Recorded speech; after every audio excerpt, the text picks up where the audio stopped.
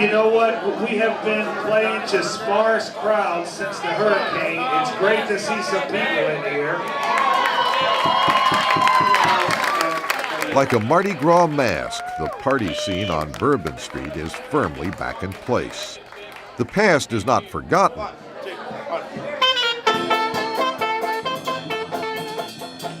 but it has been pushed to the back of the stage. Around the corner from Bourbon Street at a club called Donna's, the music looks back to the old Crescent City and sings, "Baby, won't you please come home?"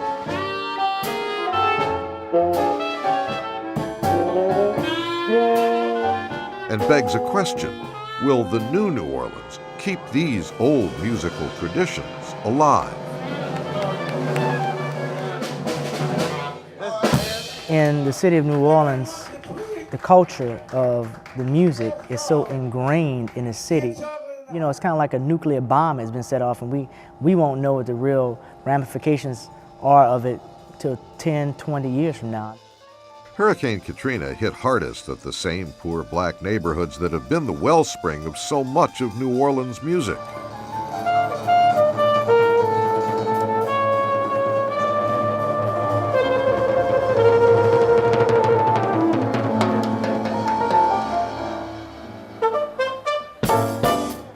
Trumpeter Irvin Mayfield lost his father, and he adds his old junior high school, and so much more.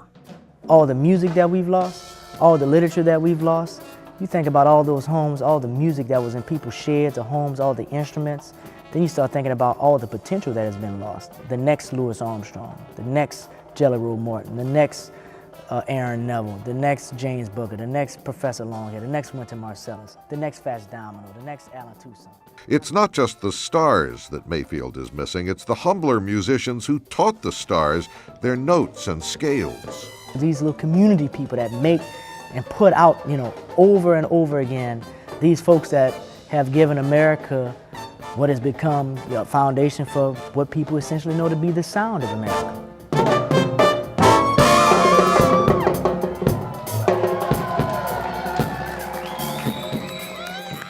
As big as jazz here in New Orleans, classical music is just as important. Yeah, even more bow, even more bow. Bia, bia, it's got to pour through. Once again, please. 1, 2, and. Our orchestra isn't actually what you would think of probably when you thought of a New Orleans orchestra. We don't play Zydeco music or jazz music. Actually, the music the Louisiana Philharmonic Orchestra plays has been close to New Orleans' heart for 175 years. The first opera house in North America was built in New Orleans back in the 1830s. The very first opera house was built here. That one burnt down, they built another one, that one burnt down, you know, over the years. But the music, like the musicians, has stayed in New Orleans for some very good reasons.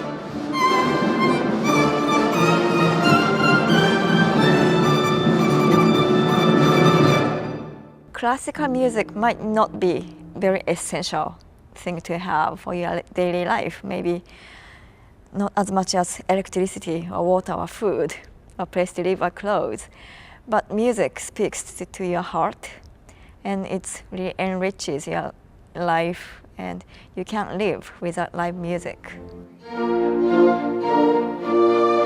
I always feel when I look out in the audience like they connect somehow with the orchestra and they feel connected with us.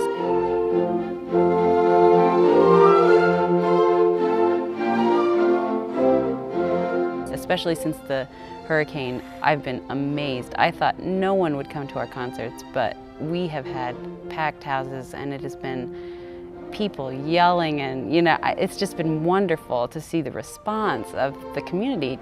And it makes us feel like we're important to New Orleans.